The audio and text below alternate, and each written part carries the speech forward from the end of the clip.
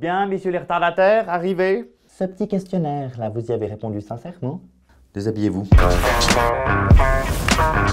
Tu étudies ou tu bosses déjà? Peut-être glandes-tu encore un peu, mais à 18 ans, le couperet tombe.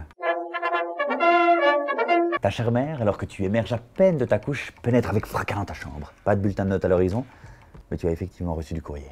Tu sais, même ton père, il a serré les dents pendant quelques mois, il n'en est pas mort. Nos amis français l'ont peut-être échappé belle grâce au vénérable Jacques Chirac en 97, mais chez nous, la neutralité, ça se défend. C'est le recrutement, et je suis attendu de pied ferme. Ne les laisse pas m'emmener, maman, je t'en supplie. À ce moment précis, une foule de souvenirs rapportés et d'horreurs entendues te reviennent, notamment ces lettres de poilus que tu avais dû lire au collège. Ma chère Angélique, je t'écris depuis le front où les obus qui explosent rythment douloureusement la vie de la tranchée. Et malgré 50 coups de téléphone, au sujet d'un examen universitaire primordial, malgré cette lettre recommandée de ton oncle médecin qui te diagnostique une malaria carabinée, ta dérogation tant espérée n'arrive pas. Écoute Lucas, tu seras ni le premier, ni le dernier. Que faire donc? Jouer au fou? J'ai trop peur de me faire gauler. Et puis, avoir les pieds plats, il paraît que c'est plus suffisant pour se faire réformer. Direction caserne donc. Bien bonjour messieurs, on s'apprête à vivre un petit moment ensemble. Sachez pendant les 2 jours que vous allez passer au centre de recrutement que vous jouissez de matériel et de locaux qui sont détenus par l'État. Aussi, je vous demande de les respecter. Et à midi, sachez pour les fauchés de la fin du mois que la croque est gratuite. Jamais autant voulu être une femme qu'à ce moment-là.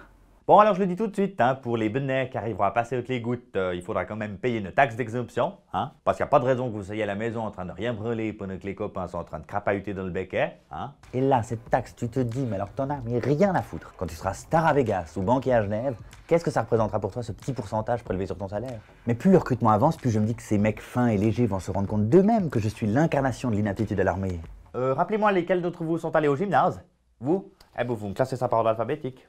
Et puis finalement, ils sont assez arrangeants à l'armée. Enfin, c'est presque à la carte. Bon, je passe rapidement là-dessus, mais vous saurez que vous avez le droit de faire l'armée sans armes, hein. Faut pas tellement l'intérêt, mais enfin voilà, il fallait que je vous le dise. En somme, entre les gradés et moi, il n'y avait qu'une seule et infime différence. Bien, je vais vous passer maintenant un petit documentaire sur les différentes options de l'armée, hein. Vous ferez attention à la petite gonzesse au début du film, plutôt appétissante. Enfin, je dis ça pour les amateurs, hein. Bah non, justement.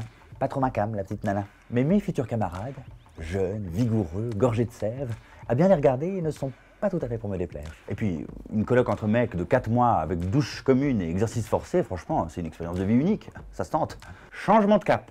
Je m'apprête à défendre ma patrie de toute mon âme quand tout à coup, il me faut rencontrer le corps médical et montrer le mien du coup. Et là, c'est marrant, la mise à nu semble double. Ça vous dérange d'être nu parmi d'autres hommes? Je consulte les résultats de votre test d'aptitude, hein. Les testicules sont en ordre?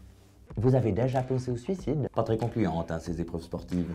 C'est marrant, c'est tout à fait les réponses d'un étudiant de lettres. Ah ouais. Vous êtes homosexuel, monsieur Villemier?